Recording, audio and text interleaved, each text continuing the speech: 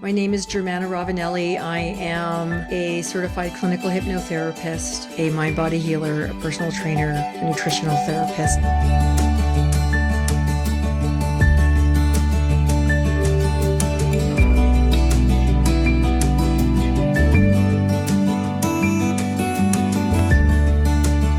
I was taught that health is harmonizing the body, the mind, and the spirit.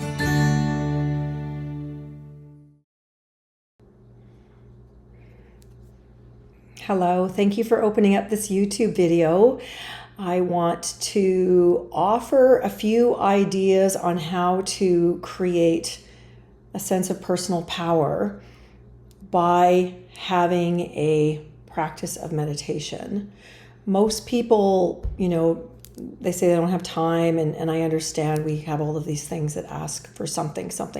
And one of the key pieces to being mentally and emotionally and physically empowered is to recognize what is motivating you and how you're being motivated. And previously I shared something about, are you living in a state of fear, or are you living in a state of love? And in the world that we live in, you'll probably agree most people are in some form of fear because they're listening to society, they're listening to the need to do more. I think that is one of the biggest thieves in our life now. More. We want more money, we want more food, we want more sex, we want more adoration, we want to do more, whatever. But what that does is it creates this emotion for people of not being enough, of not being at peace, and it really becomes a personal hell. And everyone gets to be that person. And then the reason that I'm talking about something as simple as you can learn self-hypnosis, you can learn breath work, you can learn meditation, which is something that allows you to connect to your deep self, and we'll call it the subconscious mind, the superconscious mind. We'll also call it your soul, the part of you that is irreplaceable and indestructible. And when we do a type of meditation, whether it's just 3 or 5 minutes of breath work, it allows you to receive energy or messages that allow you to feel like you're not alone, like you're not doing this life all by yourself. And most people, I hate to say it, they're looking for their validation through other people. It's part of the human condition. It's normal, and that if we can also anchor back to say, I'm going to take 15 minutes for myself. And in that 15 minutes, you get to feel loved and valued and protected, and you're able to receive from nature, or you're able to receive from, you might call it, just the energy of peace, the energy of love. You might call it a higher power. You might call it an angel. You might call it from your guides.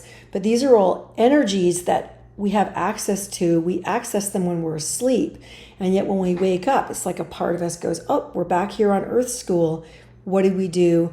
And we're often running instead of taking time to go, I'm going to tune myself so I actually am centered, so I actually am grounded, so I actually can be a vehicle of change or a positive influence in this world. The more that our mind focuses on what we're grateful for and lets ourselves feel that and marinate in it, the happier we are. And that in itself creates health. And the opposite is also true. So the point of this video is to encourage you, if you have not, to prepare yourself to have a practice. And they call it a practice because we do it every day. It's not like I did it last week and it didn't work. It only works for the day that you're in.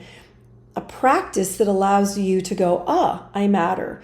I really am safe. I can be the positive force in my own life, and I can let myself have access to a loving presence that allows me to be loving. And without that, I think our lower self or our ego mind will completely take over and just destroy the good in our lives. One of the people that I really respect, he calls it the inner monster. And so when you see someone that's been successful and they're doing well, and all of a sudden their inner monster takes over, it's not good enough, you didn't do enough, you're not pretty enough, you don't have enough money, whatever. That in itself creates a personal hell, because that part of us can never, ever be satisfied. And so when we go and chase that, all we do is we destroy our health, and we also destroy our ability to have joy in the moment. As I've gotten older, I'm really aware of I have a limited time left on this earth, and I do my very best not to squander it, which is why I meditate and is why I offer that information to other people. It's super important to accept that you are lovable, that you are unrepeatable, that your needs matter, and that you're enough. And I think those things, once we accept that on a subconscious level, it's like this opens up. And if you can attune yourself to that, then what happens in your life is that you're the loving presence that you're looking for. You're not looking for somebody else to validate or appreciate you. You are it. And the key is that allows you to have a level of authority and a level of joy that you can't ever buy. You can't buy happiness.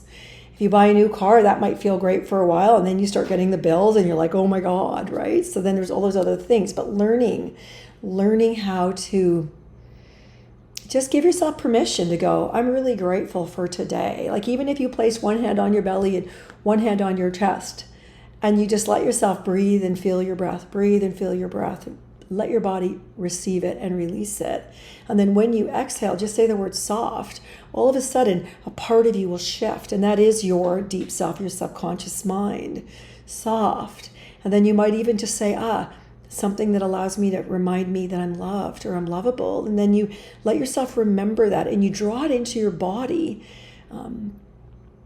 That's a form of self-hypnosis, and we're all in hypnosis all the time. People go, I can't be hypnotized. I'm like, I hate to break it to you. We're all in trance. The question is, are we fearful, or are we kind, or are we appreciative? You are the orchestrator for your life. Whatever you focus on with your thoughts, you manifest. A thought is a bullet, and whatever you send out will come back to you. Most people don't realize that.